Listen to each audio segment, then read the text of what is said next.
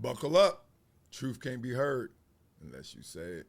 It wasn't me pivoting or shifting my position. I wasn't suggesting that Donald Trump or LeBron James were cosplaying. I'm saying that neither is cosplaying. I think my point is not that LeBron James is a legitimate poor person. My point is he's a rich person who is able to speak to the experience of a poor person, someone who was dirt poor at one point, and now he's pivoted.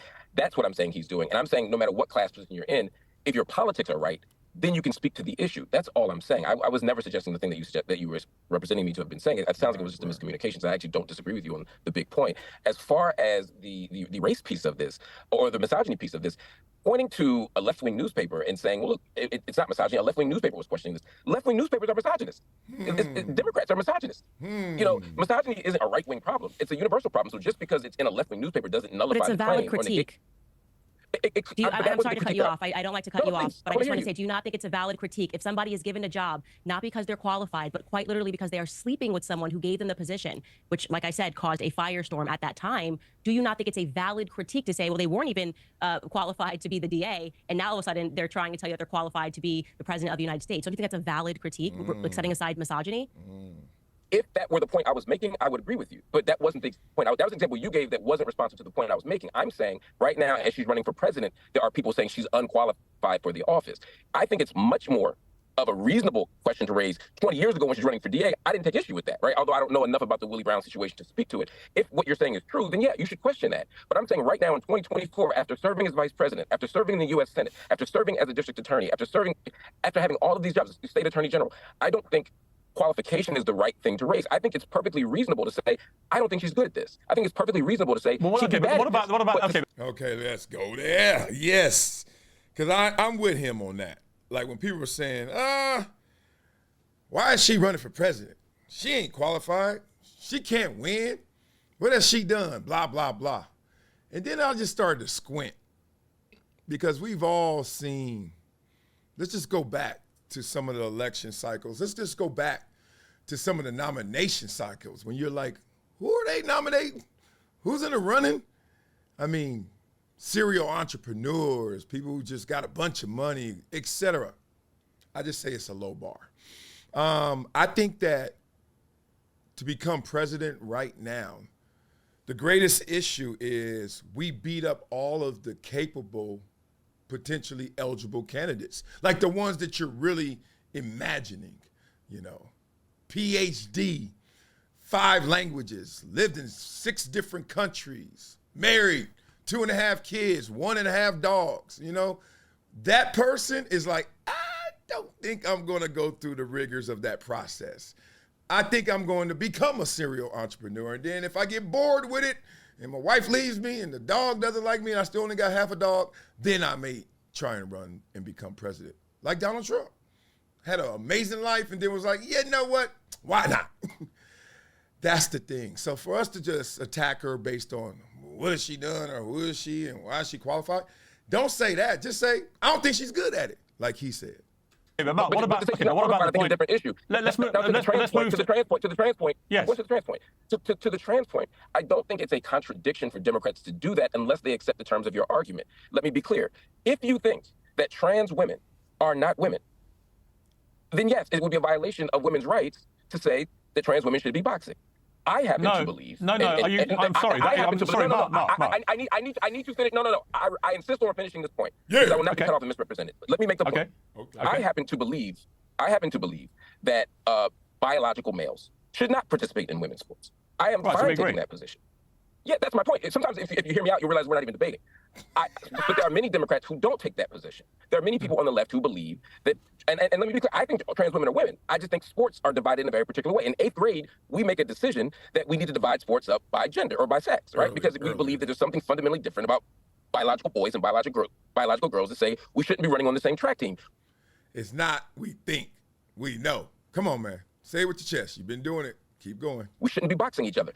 I'm okay with that argument. I agree with that argument. I don't want to speak for Candace, but I suspect she agrees with me on this, and I suspect you agree with me on that. So we're not in disagreement on that. But just because I have that position doesn't mean that everyone who disagrees with me is being a hypocrite, because they don't begin from the same premise that I begin from. That's all I'm saying. So I don't think it's contradictory. Hang on. All right, let me hang on.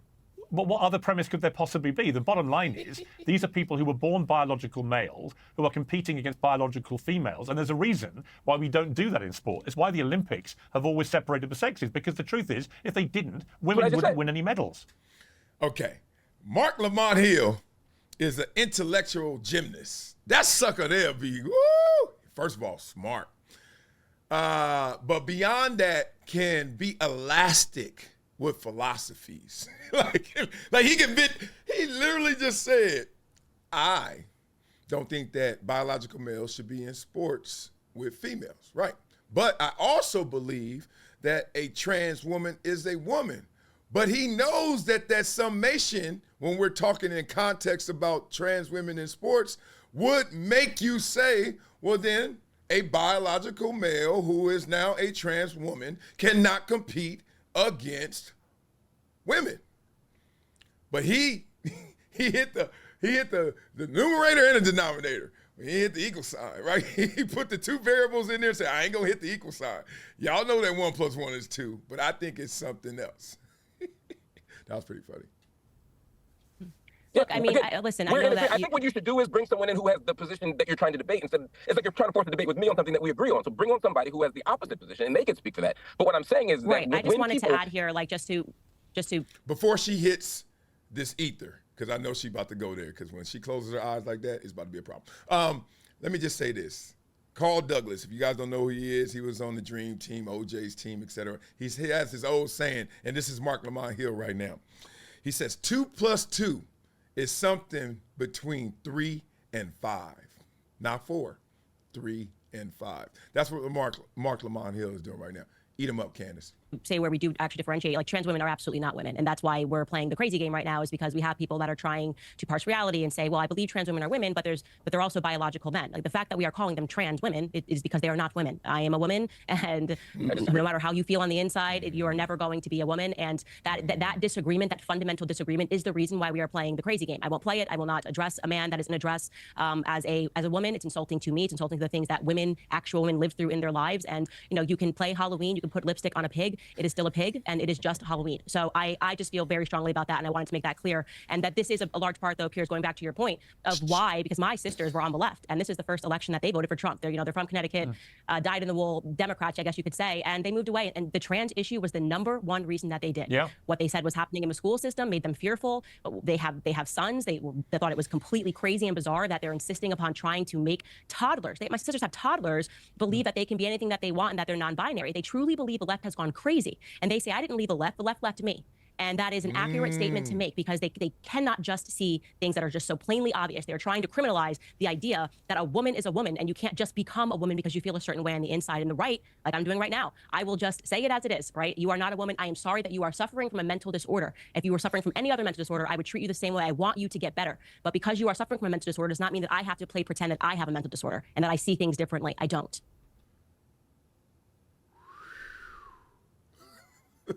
I feel like I just went back in time and somebody said, take 10 paces and turn. And they start shooting before I could turn. Golly, Candace went there.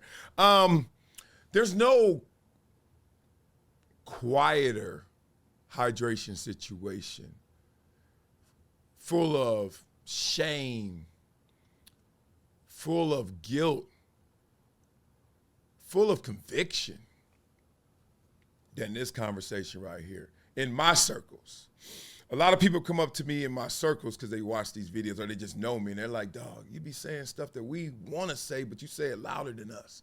Why do you say it? Like, you're not scared of getting canceled and all that stuff? I was like, dog, I'm not scared of anything except lying, because I know that lying is going to get me into a place I can't be myself. Like, I'm not a crusader. I'm not a protester. I'm not a crusader. I'm not a person who goes, yeah, believe in what I believe. I'm just a person like, I was born to be me. And me is going to be a combination of all of this, including you.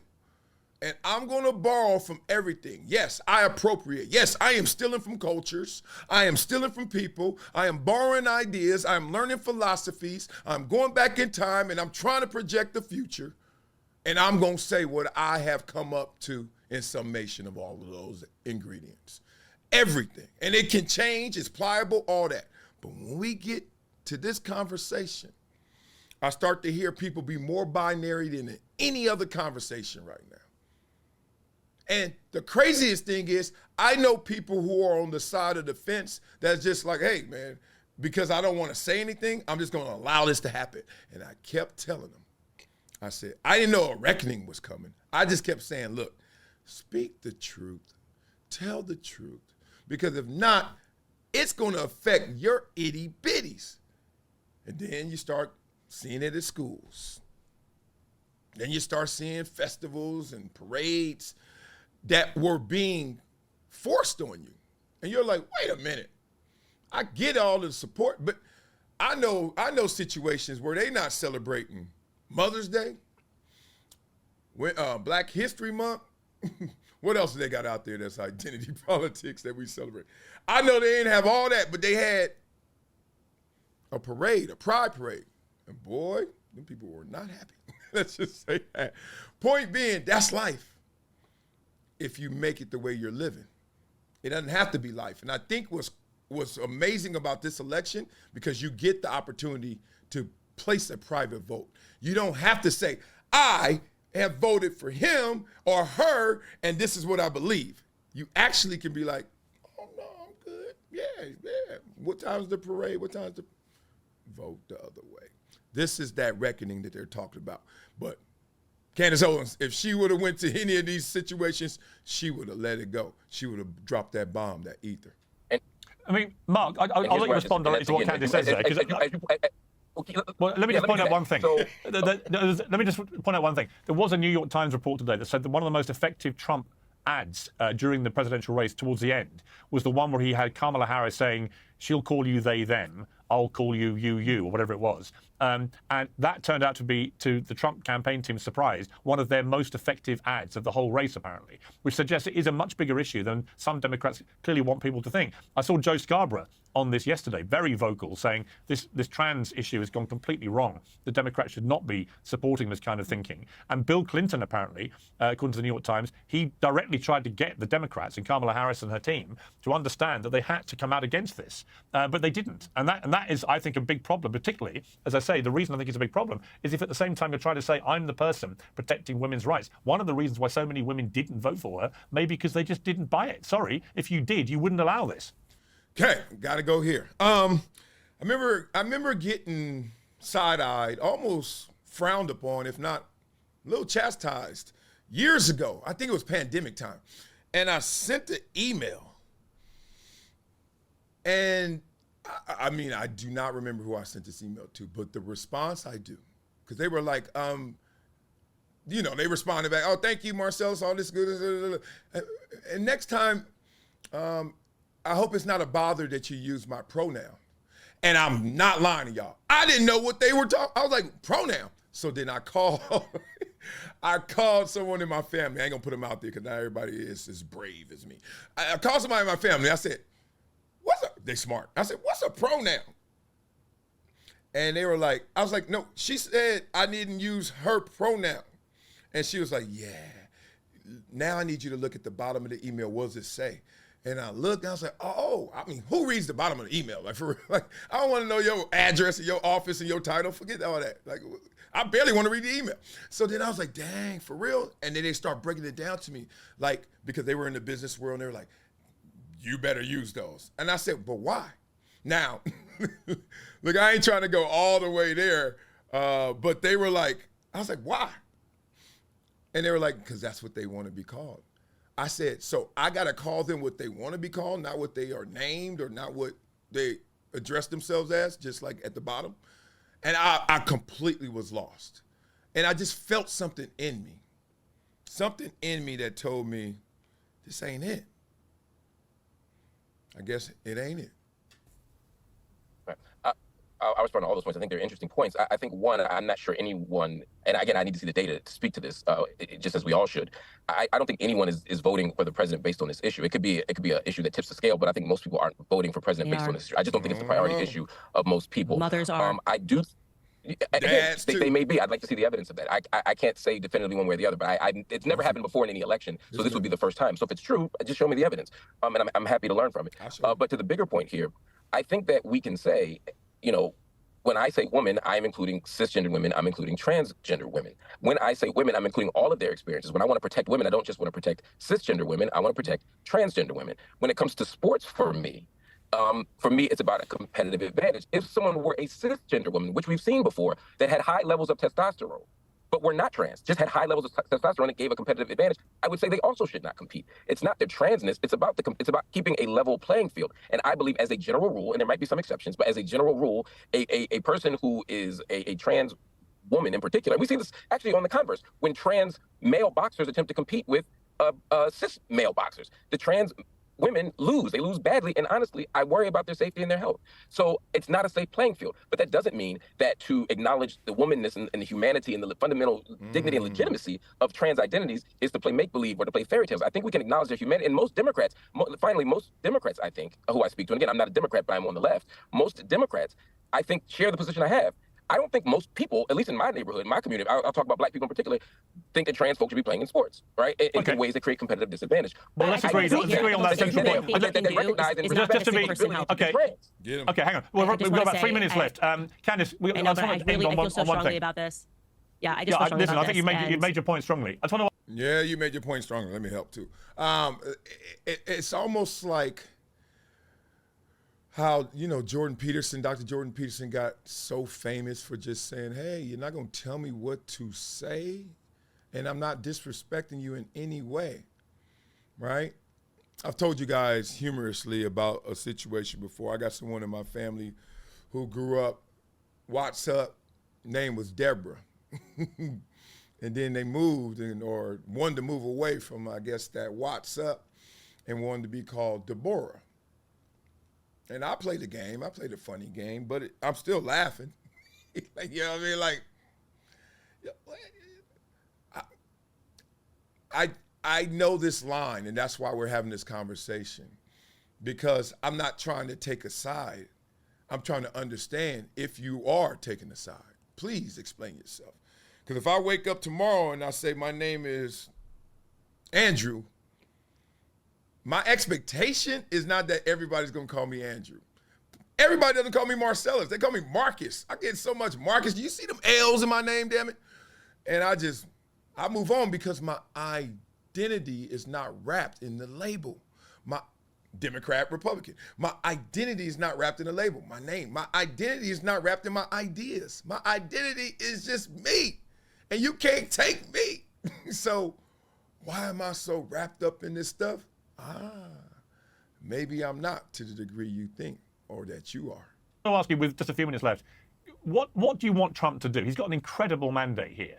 What would you like to see him do, Candace, to really transform America in a positive way? Yes, let's hear this. Yeah, absolutely. Everything that he promised he would do. Secure the borders. I want him to get the illegals out of this country. It fundamentally is hurting the workers, particularly the blue-collar workers. It's hurting Black Americans. It's why you saw men moving away from this. And obviously, Latinos are upset about it as well. To try to conflate being a legal Latino citizen with being an illegal, I think is something that has been upsetting to people. Yeah. I very much want him to go after the deep state. I know I saw peers that you tweeted, and many people have this sentiment like, we should take the high road now. We should walk away from this. We shouldn't go after Hunter Biden. I think it's the exact opposite. He took the high road in his first time that he was in office, and look what they did to him afterwards. We need to root out this corruption and truly go after the Department of Justice, because if they will do this to a sitting president, how safe does an American feel? I want him to instantly, on first day in the office, to take care of Edward Snowden and Julian Assange, to issue them both pardons. And I want to make sure that the people that are around him do a very good job at deregulating this economic environment. I look forward to seeing what RFK Jr. does to the CDC. He has been onto them for a very long time, absolutely collapsed Big Pharma, what they did throughout COVID,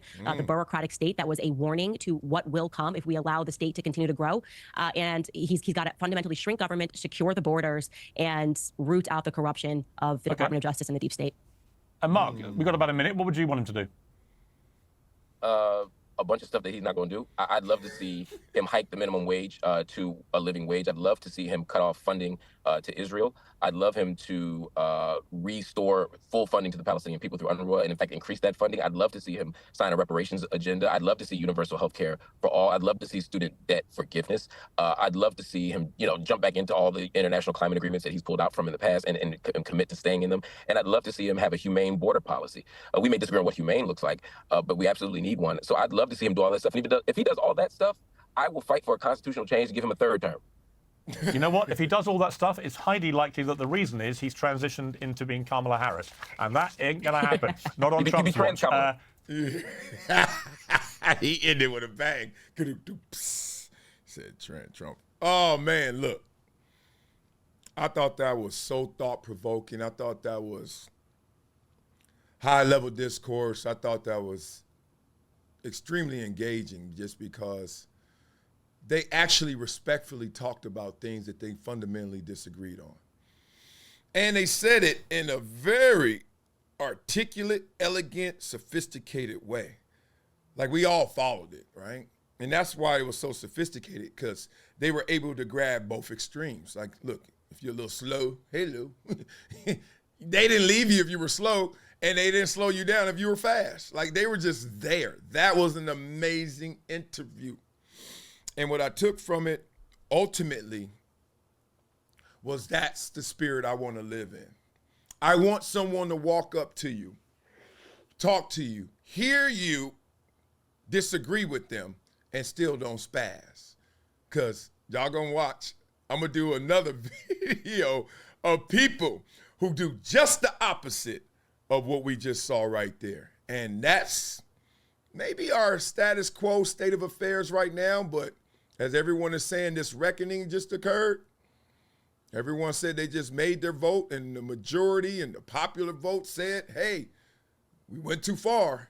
Hopefully we can go all the way to what we just witnessed and saw from Mark Lamont Hill and Candace Owens. Oh, that was amazing. And you know what else is amazing? ProjectTransition.org. Make sure you guys log on and help us educate and empower these itty-bitties out here, right? And if you do that, become a gym member. I will send you, let me send you the book. I'll send you that book right there, signed, sealed, and delivered. Yep, I'm doing it every single day. I'm signing these autographs. Hook you up. All you got to do is become a giver every month. Go to ProjectTransition.org, log on, and help us educate and empower the itty bitties. Y'all ready for the rap? Let's go. Hey, it ain't gloom and doom. Look at the muscles in the weight room. Vroom, vroom, run, kids. Throwing that trash, where the lids? Catch it, don't drop it. Oh, Marcellus, stop it. I'm a Dr. Seuss, man. Love you guys having a minute. Go, boy. What's up, y'all? It's Marcellus Wiley, founder of Project Transition and proud gym member. I'm excited to share with you an opportunity that will support our kids on their mission to making their dreams a reality. At Project Transition, we believe that real change comes from consistent action and support. That's why we invite you to join our powerful gym membership program that is making a difference every single day. As a gym partner, by giving every month, you'll fuel our mission by providing monthly support that turns into real empowerment and education for underserved youth. Your commitment reduces school dropouts, nurtures communities, and funds impactful programs like the Rising Stars Academy that we share. Together, we can turn potential into prosperity. Join the group of community champions driving change. Your contributions will help aid success by providing essential educational resources, building critical life skills, and fostering community strength. There's no better feeling than knowing your support will ignite hope, foster dreams, and empower the next generation. Join us today and be a part of transformative change. Help our youth become greater than their greatest excuse. Become a gym partner. Thank you.